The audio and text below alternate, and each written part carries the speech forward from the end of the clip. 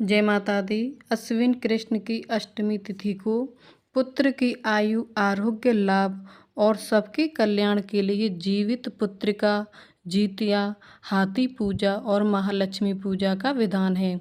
भादों शुक्ल पक्ष की अष्टमी तिथि से लेकर अश्विन कृष्ण अष्टमी तिथि तक 16 दिनों तक महालक्ष्मी जी की पूजा की जाती है। इन 16 दिनों में माता लक्ष्मी जी का विशेष पूजन अर्चन करके व्रत की कथा पढ़ी और सुनी जाती है। 16 दिनों में भक्त माता लक्ष्मी की कृपा पाने के लिए उपवास रखते हैं। इस दिन माँ लक्ष्मी जी की विधि विधान से पूजन करके 16 दीप जलाकर 16 बोल की 16 बार कहानी कहने के बाद व्रत की पौराणिक कथा का श्रवण किया जाता है। प्रिय भक्तजनों, आज के इस वीडियो में आप 16 दिनों की महालक्ष्मी व्रत कथा का श्रवण करेंगे और उससे पहले 16 बोल की कहानी सुनेंगे। 16 बोल की कहानी को 16 बार कहने के बाद ही व्रत की पौराणिक कथा को पढ़ना या सुनना चाहिए। आइए भक्तजनों, अब हम सभी मिलकर माता लक्ष्मी जी का ध्यान करके कथा का शुभारंभ करते हैं। हे माँ लक्ष्मी, चारों दिशाओं में आपकी जय जयकार होती रहती है। आप ही जगत की पालनहार हैं और आप ही स्थूल रूप में इस जगत में समाई हुई हैं। हे माँ लक्ष्मी, आप हमें अपना आशीर्वाद प्रदान कीजिए। हम सभी आपके सभी रूपों को बारंबार प्रणाम करते हैं। हे माँ महालक्ष्मी, विद्या लक्ष्मी, सौभाग्य प्रदान करने वाली माँ लक्ष्मी, हे माता अमृत स्वरूपा, हे सत्य लक्ष्मी, वैभव लक्ष्मी, हे योग लक्ष्मी, हम सभी आपको बारंबार प्रणाम करते हैं, आपको नमन करते हैं। 16 बोल की कथा। अमोती दमो रानी, पोला पर ऊंचो सो, पर पाटन गांव जहाँ के, राजा मगर सेन देमंती, रानी कहे कहानी, सुनो ओ लक्ष्मी देवी रानी, हमसे कहत तुमसे सुनते, 16 बोल की कहानी। पौराणिक कथा के अनुसार महाभारत काल के समय की बात है। महर्षि द्वापर व्यास जी हस्तिनापुर में आए। उनका आगमन सुनकर समस्त राजकुल के कर्मचारी महाराज भीष्म सहित उनका आदर सम्मान करते हुए राजा महल में महाराज को सोने के सिंहासन पर विराजमान कर अर्घपाद आचमन आदि से उनका पूजन किया। व्यास जी के विराजमान होने पर राजा रानी और माता कुंती ने हाथ जोड़कर प्रश्न किया, हे मुनिवर, आप त्रिकालदर्शी हैं, आपको सभी की जानकारी है। आपसे हमारी प्रार्थना है, कृपया स्त्रियों के लिए कोई ऐसा व्रत पूजन बताइए जिससे हमारे राजलक्ष्मी, सुख, पुत्र, परिवार सदा सुखी रहे। ऐसा सुनकर व्यास जी ने कहा कि हम ऐसे व्रत का वर्णन करने जा रहे हैं जिससे सदा लक्ष्मी जी स्थिर होकर आपको सुख प्रदान करेंगी। यह श्री महालक्ष्मी जी का व्रत है जिसे 16 दिन तक किया जाता है और जिसका पूजन प्रतिवर्ष अश्विन कृष्ण की अष्टमी तिथि को किया जाता है। तब महारानी गांधारी ने पूछा, हे महात्म, यह व्रत कैसे प्रारंभ किया जाता है, इसका विधान क्या है, कृपया हमें विस्तार से बताने की कृपा करें। तब व्यास जी कहने लगे कि भाद्रपद शुक्ल पक्ष की अष्टमी तिथि के दिन सुबह मन में व्रत का संकल्प करें। संकल्प लेकर किसी जलाशय में जाकर स्नान करके साफ स्वच्छ वस्त्र या नए वस्त्र धारण कर सकते हैं। दुर्वा से महालक्ष्मी जी को जल तर्पण करके फिर प्रणाम करना चाहिए। फिर घर आकर शुद्ध 16 धागों वाले धागे का एक धागा बनाकर हर दिन एक गांठ लगानी चाहिए। इस 16 दिन की 16 गांठ का एक धागा तैयार कर अश्विन माह के कृष्ण पक्ष की अष्टमी तिथि को व्रत रखकर मंडप बनाकर चंदोवा तान कर उसके नीचे माटी के हाथी पर महालक्ष्मी जी की मूर्ति स्थापित कर तरह तरह के पुष्पों से लक्ष्मी जी और हाथी का पूजन करें। तरह तरह के पकवान भी बना सकते हैं। लक्ष्मी जी और हाथी का पूजन नैवेद्य समर्पण करके करना चाहिए। श्रद्धा सहित महालक्ष्मी व्रत करने से आप लोगों की राजलक्ष्मी सदा स्थिर रहेगी। ऐसा विधान बताकर व्यास जी अपने आश्रम को चले गए। इसके बाद भाद्रपद शुक्ल पक्ष की अष्टमी तिथि से समस्त राजघराने की नारियां और नगर स्त्रियां ने माता लक्ष्मी जी का यह पावन व्रत आरंभ कर दिया। बहुत सी स्त्रियों ने गांधारी के साथ प्रतिष्ठा पाने के लिए उनका साथ देने के लिए नियम बना लिया और कुछ नारियां माता कुंती के साथ भी इस व्रत को आरंभ करने लगीं। किंतु माता कुंती और गांधारी जी के बीच में कुछ द्वेष भाव चलने लगा। ऐसा होते होते 15 दिन व्रत के समाप्त होकर सवा दिन यानी अश्विन कृष्ण पक्ष की अष्टमी तिथि आ गई। उस दिन प्रातःकाल से ही नारियों ने उत्सव मनाना आरंभ कर दिया और समस्त नारी राजमहल में गांधारी जी के यहाँ उपस्थित होकर तरह तरह से महालक्ष्मी जी के मंडप और माटी के हाथी बनाने और सजाने की तैयारी करने लगीं। गांधारी जी ने नगर की सभी स्त्रियों को बुलाने के लिए सेवक भेजा, परंतु माता कुंती को बुलावा नहीं भेजा, ना ही कोई सूचना भेजी। उत्सव में बाजे गाजे की धुन बजने लगी, जिससे सारे हस्तिनापुर में खुशी की लहर दौड़ गई। माता कुंती ने इसे अपना अपमान समझा और बहुत दुखी होकर बैठ गई। व्रत की कोई तैयारी नहीं की। इतने में ही महाराज युधिष्ठिर, अर्जुन, भीमसेन, नकुल, सहदेव सहित पांचों पांडव वहां उपस्थित हो गए और अपनी माता को दुखी हुआ देखकर गंभीर देखकर अर्जुन ने उनसे प्रार्थना की, हे माते, आप इतनी दुखी क्यों हो? क्या हम आपके दुख का कारण समझ सकते हैं और दुख दूर करने में भी सहायक हो सकते हैं? आप बताइए। तब माता कुंती ने कहा कि बेटा, कुल में रिश्तेदारों द्वारा किए गए अपमान से बढ़कर कोई दूसरा दुख नहीं है।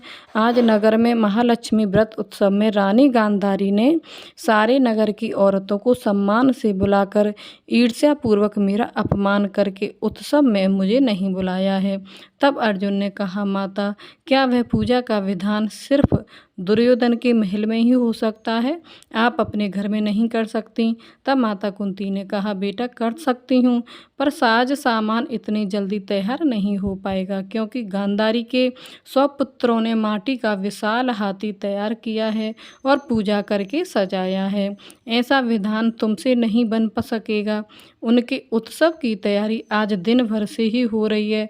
अब हमारे पास इतना समय नहीं है और ना ही इतनी सामग्री है। तब पार्थ ने माता से कहा, हे माता, आप पूजा की तैयारी कर नगर में बुलावा भेजिए। मैं ऐसा हाथी लेकर आऊँगा कि हस्तिनापुर वासियों ने कभी देखा नहीं होगा, ना ही कभी उसका पूजन किया होगा।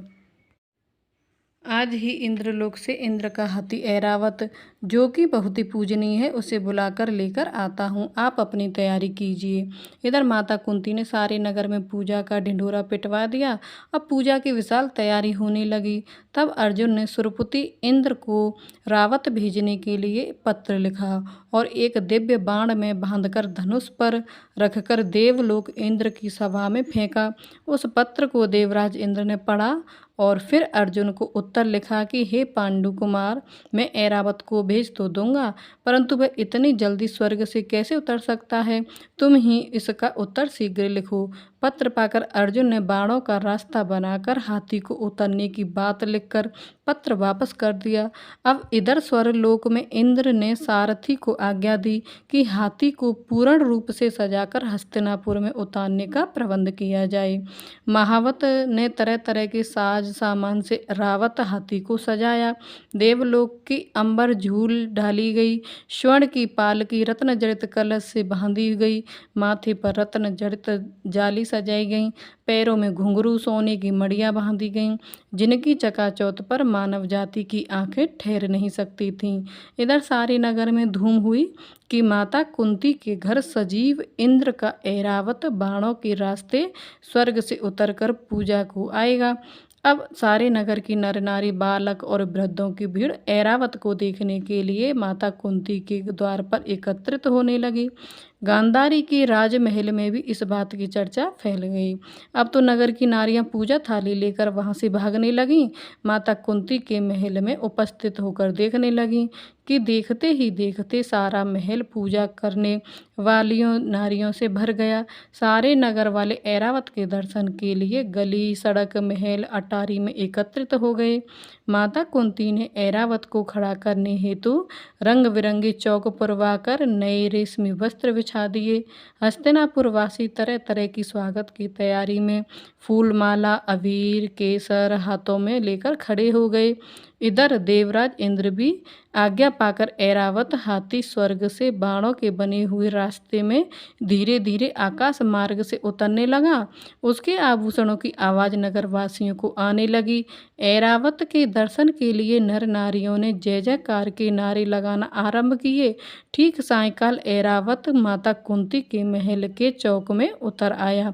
समस्त नर नारियों ने पुष्पमाला, अबीर, केसर चढ़ाकर हाथी का स्वागत किया। उधर महाराज महारानी गांधारी के महल में नारियों की जो भीड़ माता लक्ष्मी जी के पूजन के लिए एकत्रित हुई थी, अब वहाँ पर पूजा करने के लिए कोई भी नर नारी नहीं बची। वे सारी नारियाँ अब इधर माता कुंती के महल में उपस्थित हो चुकी थीं। महाराज धूम पुरोहित द्वारा रावत पर माँ लक्ष्मी जी की मूर्ति स्थापित कर वेद मंत्रों द्वारा पूजा की गई। नगरवासियों ने लक्ष्मी पूजा का कार्य करके ऐरावत की पूजा की। फिर तरह तरह के मेवा भगवान ऐरावत को खिलाकर गए। ऊपर से यमुना जी का जल पिलाया गया। फिर तरह तरह के पुष्प से ऐरावत पर वर्षा की गई। पुरोहित जी द्वारा स्वस्ति वाचन कर व्रती नारियों द्वारा लक्ष्मी जी का पूजन विधि विधान से कराया गया। माता ने व्रत के डोरे के धागे में 16वीं गांठ लगाकर लक्ष्मी जी के सामने समर्पण किया। ब्राह्मणों को पकवान मेवा मिठाई देकर भोजन की व्यवस्था की गई। तब वस्त्र द्रव्य सोना और अन्य आभूषण देकर ब्राह्मणों को संतुष्ट किया गया। इसके पश्चात सभी नर नारियों ने महालक्ष्मी जी का दीपक जलाकर प्रेम से संपूर्ण पूजन कर आरती की। आरती करने के बाद माता रानी को लगाई गई भोग को प्रसाद रूप में ग्रहण किया। यह थी महालक्ष्मी व्रत की पौराणिक कथा। प्रेम से बोलिए माता लक्ष्मी जी की जय। अब सुनिए दूसरी कथा। पौराणिक कथा के अनुसार प्राचीन काल में एक बार एक गांव में गरीब ब्राह्मण रहा करता था। वह भगवान विष्णु का परम भक्त था। एक दिन उसकी भक्ति से प्रसन्न होकर भगवान विष्णु ने उसे दर्शन दिए और मनचाहा वरदान मांगने को कहा। ब्राह्मण ने कहा कि उसके घर में हमेशा लक्ष्मी जी का वास बना रहे। इस ऐसी इच्छा को जानने के बाद श्री विष्णु जी ने कहा कि उसे लक्ष्मी तो प्राप्त हो सकती है, लेकिन उसके लिए थोड़ा प्रयत्न करना होगा। भगवान विष्णु ने उस ब्राह्मण से कहा कि मंदिर के सामने एक स्त्री रोज आती है और यहाँ आकर उपले पात की है। तुम बस उन्हें अपने घर आने का निमंत्रण दे देना। वह स्त्री ही देवी माँ लक्ष्मी है। अगर वह स्त्री तुम्हारे घर आती है तो तुम्हारा घर धन धान्य से भर जाएगा। ऐसा कहकर भगवान श्री विष्णु अंतर्ध्यान हो गए। अगले दिन सुबह 4 बजे वह ब्राह्मण मंदिर के सामने हाथ जोड़कर बैठ गया और वह माता लक्ष्मी जी के आने की प्रतीक्षा करने लगा। जब धन की देवी माता लक्ष्मी उपले थापने के लिए आईं तो ब्राह्मण ने उन्हें अपने घर में आने का निवेदन किया। ब्राह्मण की इस बात को सुनकर माता लक्ष्मी जी समझ गईं कि यह सब श्री विष्णु जी का किया धरा है। माता लक्ष्मी ने ब्राह्मण से कहा कि तुम 16 दिनों तक महालक्ष्मी जी व्रत को विधि पूर्वक करो। सुबह और शाम नियम पूर्वक कथा का श्रवण करो, तब मैं तुम्हारे घर आऊँगी। यह कहकर कहे अनुसार ब्राह्मण ने देवी का व्रत और पूजन किया और उत्तर दिशा की ओर मुँह करके लक्ष्मी जी को पुकारा। अपने वचन को पूरा करने के लिए धन की देवी लक्ष्मी जी प्रकट हुईं और उन्होंने गरीब ब्राह्मण के हर कष्ट को दूर किया और उसके घर को सुख संपत्ति से भर दिया। हे माँ लक्ष्मी, जैसे आपने उस ब्राह्मण पर कृपा की, वैसे ही इस कथा को कहते सुनते हुंकारा भरने वाले सभी भक्तों पर कृपा करना। अब सुनिए महालक्ष्मी जी व्रत की तीसरी पौराणिक कथा के अनुसार एक बार भगवान श्री विष्णु मृत्यु लोक में यानी भूलोक में विचरण करने के लिए निकल पड़े। माता लक्ष्मी जी ने उनसे निवेदन किया कि वह उनके साथ आना चाहती हैं। तब भगवान विष्णु उनके स्वभाव से परिचित थे, इसलिए उन्हें पहले से आगाह कर दिया कि हे देवी, मैं आपको एक ही शर्त पर अपने साथ लेकर चल सकता हूँ। यह बात सुनकर माता लक्ष्मी जी मन ही मन बड़ी प्रसन्न हुई कि चलिए, शर्त ही सही, भगवान साथ ले जाने के लिए मान तो गए। तब माता लक्ष्मी जी तुरंत बोली कि हे प्रभु, मुझे आपकी सारी शर्तें स्वीकार हैं। भगवान श्री विष्णु कहने लगे कि हे देवी, फिर जैसा मैं कहूँ वैसा ही आपको करना होगा। लक्ष्मी जी बोली, ठीक है प्रभु, आप जैसा कहेंगे मैं वैसा ही करूँगी। अब भगवान विष्णु माँ लक्ष्मी जी के साथ भूलोक पर आकर विचरण करने लगे। एक जगह रुककर श्री हरि ने माता लक्ष्मी से कहा कि हे देवी, मैं दक्षिण दिशा की तरफ जा रहा हूँ, आपको यहीं रुककर मेरा इंतजार करना होगा। ऐसा कहकर भगवान श्री विष्णु दक्षिण दिशा की तरफ बढ़ गए। माता लक्ष्मी जी को जिज्ञासा हुई कि दक्षिण दिशा में ऐसा क्या है जो प्रभु मुझे वहां लेकर नहीं जाना चाहते। माता लक्ष्मी का स्वभाव तो वैसे ही चंचल माना जाता है, उनसे एक जगह पर ज़्यादा देर रुका नहीं जाता। ऐसा ही हुआ। माता लक्ष्मी जी ने उस स्थान पर ज़्यादा देर रुका नहीं गया और फिर वे भगवान विष्णु की तरफ ही बढ़ने लगीं। आगे जाकर माता लक्ष्मी जी को सरसों का खेत दिखाई दिया। उसकी सुंदरता ने माता लक्ष्मी का मन मोह लिया और फिर वे सरसों के पीले पीले सुंदर फूलों को तोड़कर उनसे अपना श्रृंगार करने लगीं। इसके बाद वे कुछ ही दूर आगे बढ़ी थीं कि गन्ने के खेत उन्हें दिखाई दिए। उन्हें गन्ना चूसने की इच्छा हुई तो गन्ने तोड़कर उन्हें चूसने लगीं कि भगवान श्री विष्णु वापस आ गए। सरसों के फूलों की सजी माता लक्ष्मी जी को गन्ना चूसते हुए देखकर भगवान श्री विष्णु उन पर क्रोधित हो गए। भगवान ने कहा कि देवी, आपने शर्त का उल्लंघन किया है। मैंने आपको वहीं पर एक स्थान पर रुकने के लिए कहा था, लेकिन आप नहीं रुकीं और यहाँ किसान के खेतों से बिना पूछे फूल और गन्ने तोड़कर आपने घोर अपराध किया है। इसकी सजा तो आपको अवश्य मिलेगी। तब भगवान विष्णु ने माता लक्ष्मी जी को 12 वर्षों तक किसान की सेवा करने का श्राप दे दिया और स्वयं लक्ष्मी जी को छोड़कर क्षीर सागर गमन कर गई। अब विवश होकर माता लक्ष्मी जी को उस किसान के घर पर रहना पड़ा। एक दिन माता लक्ष्मी ने किसान की पत्नी को देवी लक्ष्मी जी की प्रतिमा की पूजा करने के लिए कहा और कहा कि इससे तुम जो कुछ भी मांगोगी वह तुम्हें अवश्य मिलेगा। किसान की पत्नी ने वैसा ही किया। कुछ ही दिनों में उनका घर धन धान्य से भर गया। हंसी खुशी समृद्धि में 12 साल का समय व्यतीत हो गया। इधर माता लक्ष्मी जी को दिए गए श्राप का समय पूरा हुआ। तब भगवान विष्णु माता लक्ष्मी जी को वापस ले जाने के लिए आए तो किसान ने माता को ना जाने देने का हठ किया।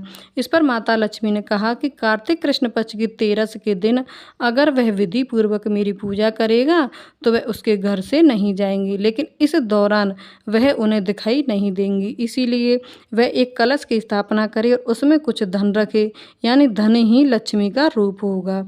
इस प्रकार 13 के दिन किसान ने माता लक्ष्मी जी के बताए हुए विधि के अनुसार पूजन करके कलश की स्थापना की और तब किसान का घर धन धान्य से परिपूर्ण रहने लगा।